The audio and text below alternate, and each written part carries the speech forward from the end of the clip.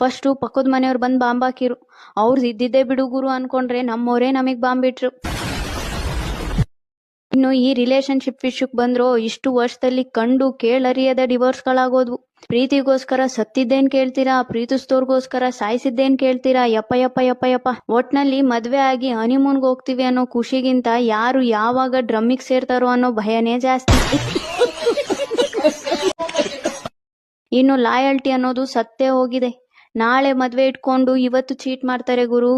ರಬುನೇ ಬನಾದಿ ಜೋಡಿ ಅನ್ಕೊಂಡು ಲೈಫ್ನೇ ಬರ್ಬಾದ್ ಮಾಡಿ ಹೋಗ್ತಾವ್ರೆ.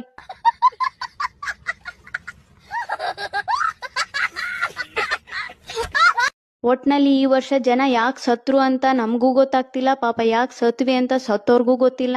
ಇವಾಗ ಜನರಿಗೆ ಬದುಕೋಕ್ಕೂ ಇಷ್ಟ ಇಲ್ಲ, ಬದುಕ್ಸೋಕ್ಕೂ ಇಷ್ಟ ಇಲ್ಲ. ಡಿಪ್ರೆಷನ್ ಅನ್ನೋದು ಎಲ್ರೂ ತವ್ರ ಮನೆ ಆಗಿದೆ ಈಗ. ಇದ್ರ ಮಧ್ಯೆ ಯಾವ್ದಾದ್ರು ಟ್ರಿಪ್ಗೆ ಹೋಗೋಣ ಅಂದ್ರೆ ಒಳ್ಳೆ ಬಸ್ ಸ್ಟ್ಯಾಂಡ್ ಅಲ್ಲಿ ಬಸ್ ನಿಂತಂಗೆ ಫ್ಲೈಟ್ಗಳು ನಿಂತವೆ. ಹೋಗ್ಲಿ ಬಸ್ಸಲ್ಲೇ ಹೋಗೋಣ ಅಂದ್ರೆ ಒಳ್ಳೆ ಸಿಲಿಂಡರ್ ಬ್ಲಾಸ್ಟ್ ಆದಂಗೆ ಬಸ್ಗಳೇ ಬ್ಲಾಸ್ಟ್ ಆಗ್ತಾವೆ. ಇನ್ನು ಫ್ಲೈಟ್ ನ ಕೇಳಲೇಬೇಡಿ, ಫ್ಲೈಟ್ ಜೊತೆ ನಮ್ ಜೀವನೂ ಹಾರೋದ್ರೆ ಅನ್ನೋ ಭಯ ಬೇರೆ ಸ್ಟಾರ್ಟ್ ಆಗಿದೆ.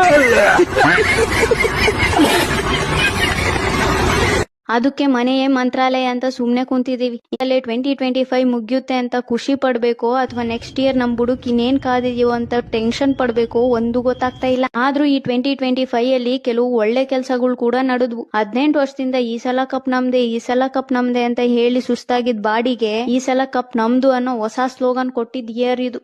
ಆದ್ರೆ ಈ ಖುಷಿ ಕೂಡ ಒಂದೇ ದಿನದಲ್ಲಿ ಎಕ್ಸ್ಪೈರ್ ಆಗೋಯ್ತು. ಅದಕ್ಕೆ ಶ್ರೀಕೃಷ್ಣ ಪರಮಾತ್ಮ ಹೇಳಿದ್ದಾರೆ ಅನ್ಸುತ್ತೆ, ಎವ್ರಿಥಿಂಗ್ ಇಸ್ ಟೆಂಪ್ರವರಿ ಅಂತ. ಇಂಡಿಯಾ ವಿಮೆನ್ ವರ್ಲ್ಡ್ ಕಪ್ ಗೆದ್ದಿದ್ದು ಇದೇ 2025 ಅಲ್ಲಿ.